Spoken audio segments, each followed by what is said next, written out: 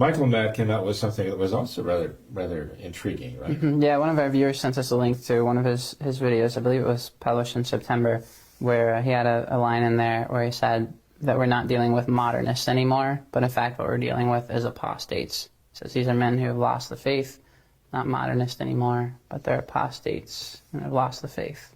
What do you make of that? We're not dealing with modernists anymore. Well, what I make of it is that Michael Matt, for all the other things he does, and he does some very good things, I think he doesn't understand modernism. I mean, this is the whole point. The ultimate goal of modernism is apostasy.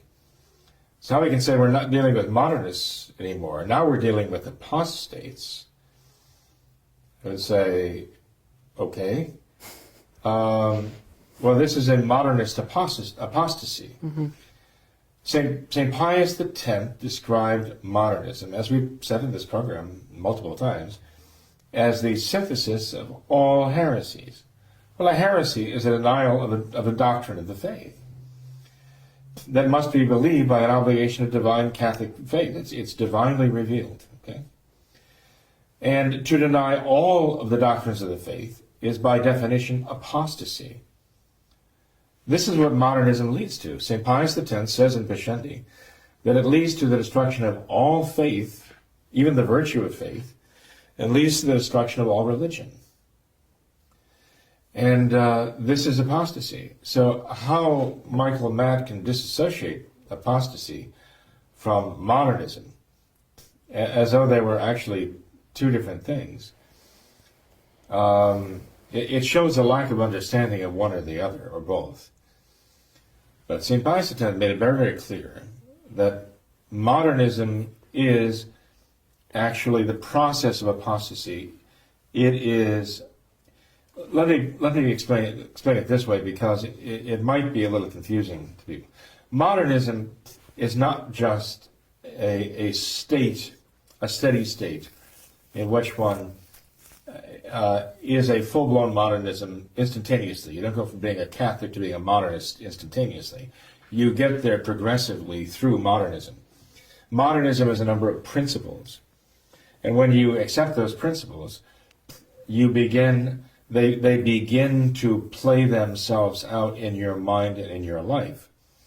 And as you go through more and more applying the principles of modernism in your life, it's like an acid rain that eats away all faith and eventually destroys it entirely. It dissolves it completely.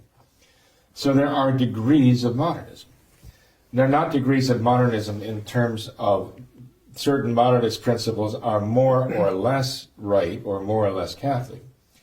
But there is one is more or less modernist as he actually is following through on the principles of modernism. That's important for us to understand something that's real. There have been some who were very much behind Vatican II and who got to the point as Vatican II was applied that they became increasingly horrified by what they were seeing. In other words, they were facing the practical consequences of what in principle sounded good to them. In practice, it was very evil. They saw the evil results, and they were horrified. Like a chemist in the lab might say, oh, this is a nice chemical, and that's a nice chemical. This chemical has a nice color. Let's mix them together and see what happens. And they find that they produce a very, very, very virulent poison. And they realize that these things should not mix, or the result of this is very, very bad. There are parents who might go through life teaching their children certain principles and find out that the children have followed through on those principles, and they wind up practically,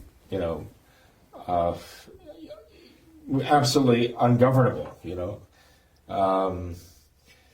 So they have to go back and review their principles and find out there's something wrong with my way of thinking here. Where did I go wrong?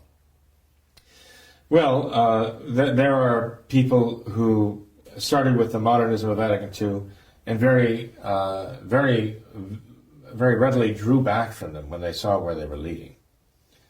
I think Dr. Coulson was one of them. We referred to him as the psychiatrist or the psychologist who went out to California to put into practice the principles of renewal of Vatican II and saw how deadly they were and how destructive they were, and they rejected them. There are any number of others, too, in the same way. In fact, there are many traditional priests who went down the road of the new Mass and got a certain way.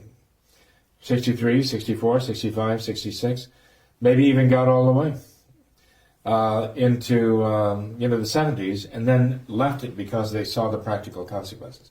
The point being simply that there are those who are still, you might say, playing out the principles of modernism. And there are those who are full-fledged modernists, who've brought the modernist principles to their ultimate reality, and to their ultimate conclusions. And the prime example in the world today is Francis Bergoglio, Jorge Bergoglio. He is an absolute modernist right down to his chromosomes, okay? Right genetically. He is a modernist. And so what St. Pius X saw was, he saw the conclusion in the principles, which other people who are less wise and less holy than he did not see. St. Pius X actually could see everything that's happening today. Even when he prophesied that the modernists would return 50 years later, well, that's John the 23rd, and lay waste the church, as he told one of the cardinals. He saw this because he understood these principles with the wisdom of a saint, also a very brilliant mind, a very practical mind.